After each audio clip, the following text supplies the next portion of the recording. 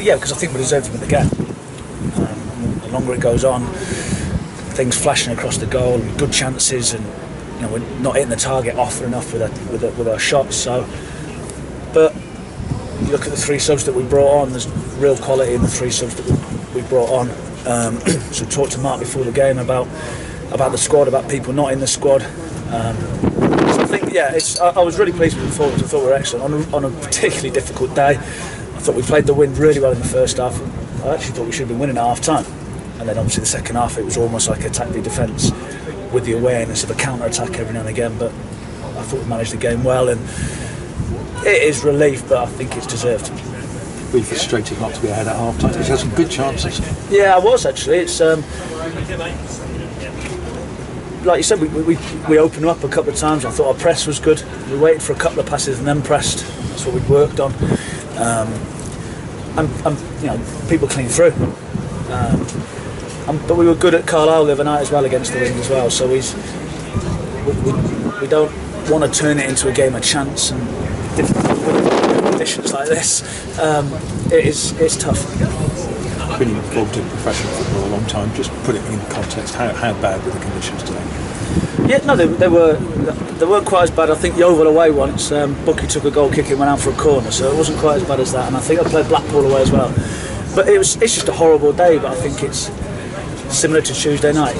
These are days that when and if you achieve things, you look back at days like this, not when the sun's out and in short sleeves in August and May when it's bowling green pitches and things like that. This is, I think, the most pleasing thing from today and Tuesday night is the reaction from last Saturday. I think the lads have proved that that was a one-off. It didn't look like us, and the reaction's been brilliant. I think that's 4 in the spin at home we've won as well now, which is another good thing. We've managed to pick that up again. Alfie made now with 5 goals. What was it about him that made you think he's going to score goals? Because his record at Doncaster, I appreciate you've been playing in the higher division at times, hadn't been as good as it's been here. No, but he always played wide in a 4-3-3. Luke Varney's his career stats don't look great either, because most of his career he's played wide in a 4-3-3 because he's in fact they're both the same. Reg is so honest. He has been his whole career. He's infectious. He's prepared to go and run back and play left back at times, and Alfie's the same. So we always thought that if we put him in the middle of the pitch with a front 2, same as what Reg is. Tom Nichols is the same. He often, people say his goal scoring record. If it was that simple, just to go, let's have a look at someone's stats, man, it's no good for us. You've got to see things in them. With Alfie, we saw his enthusiasm, we saw his infectiousness, and his quality as well. And he's actually disappointed in that. He thinks he should have scored a hat-trick today. So I just say, you keep scoring 1 a game, I'll take 14 in the next 14. So, but he epitomises everything I want from a footballer. And Ruben Reid has got terrific in goals in terms of stats for Cheltenham, and again it was him who came up with the winner. Yeah, real quality from the right, Broomy. Obviously once the game turned into the way it does, him and Longy are different types of wing backs, for example. So with the wing in the back, Longy's more of a full back and Broomy is more of a winger. So the way it was panning out, it was like, right, well, let's get our most creative players on the pitch. So Broomy had a brilliant bit of great ball by Jake to find him, and then that was the moment of quality. And it almost said head me in, but Ruben's has got to be there, right place at the right time.